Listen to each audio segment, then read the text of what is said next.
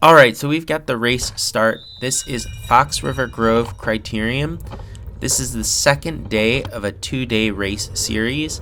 And as you're going to see in a minute, this isn't exactly the type of course that is suited for a bigger rider like myself. This hill is pretty terrible for guys like me when the race has a lot of skinny guys in it. They can just zip up it faster than I can, and they use a whole lot less energy. For me, though, the best part of this course, in my opinion, is the downhill section that comes up after this climb. You can carry so much speed through the next portion of the course that if you're able to hang on the back of the climb like I'm trying to do here, it really gives you the opportunity to make up spots as well as recover. The corners are pretty sweeping and the roads are wide enough to carry a good amount of speed through. As we come into the end of the first lap, you can see that although I'm near the back, I'm not dropped yet. But that changes pretty quickly the second time up the climb when they announce that there are leaders' points to be had. My buddy Dominic and I get to the downhill portion, and we begin to try and make up some time that we lost. We're doing pretty well and end up catching on to the tail end of the chase group of about 7 riders. I'm happy to be here and end up grabbing my teammate Alex's wheel so that I can recover a bit more for the third time up the hill. Every time up the initial part of the climb here, I'm trying to use my momentum and speed so that I don't have to work as hard. But the speed really does scrub off rather quickly, and I get gapped here a little bit on the climb, but I know that I'm going to be able to reel in those riders on the downhill, so I'm not too worried. This is the back end of lap 6, and me and a few other riders are slowly but surely reeling in other guys who've fallen off the back of the lead group. Every time we've come past the finish line, I've been seeing a few riders here or there pull themselves out of the race or come back to our group.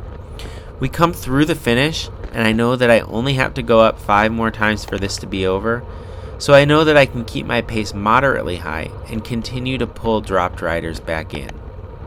We end up pulling back a guy that I've been racing against a bunch this year named Jeffrey. He's really strong and I was really surprised to see him end up back here by me, but I figure it's a good thing for me since I know that he'll be willing to put in some work to keep furthering our positions up the road.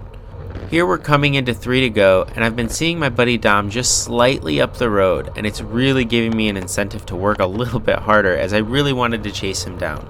You can see him round the corner just as we start up this hill, and our buddy Aaron on the left right here is slamming his bike and shouting at me, telling me to go get him. Aaron and our friend Joe had a friendly bet whether Dom or I would finish higher, and I wasn't about to let Aaron down. This is a really good example of what I was talking about earlier with the ability to just carry so much speed and make up time on the downhill. We end up reeling in Dom right here and keeping the pace high as we see a few other riders up the road. As we head up the hill the second to last time, my goal is now just to hold on to the wheels of the guys in my group, and I know that I can put in a solid finish, especially with a recovery on the back half of this course, since it's all downhill. And here we start the final lap of the race. I'm sitting second wheel in our group, which I'm pretty comfortable with. I know that I'll fall backwards a little bit up this climb, which will let me grab some wheels as we continue to move up. We start to reel in a few more straggler riders as well, which is nice. A rider goes and puts in a pretty good effort and gets a little bit of a gap off the front.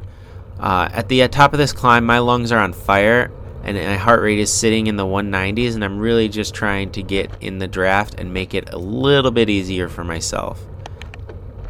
As we're coming through these last couple sweeping turns, everyone is kind of playing for position a little bit, but I'm really just trying to stay behind some of the faster wheels that I know in the group and keeping my ears open for anything coming up behind me, hoping that if someone does decide to attack from behind me, I'll notice it before it's too late. Right here, this Burnham rider makes a really solid jump, and if he can get to the front of this group and be the first rider through the last turn with a good amount of speed, there isn't much anybody else is going to be able to do to come around him.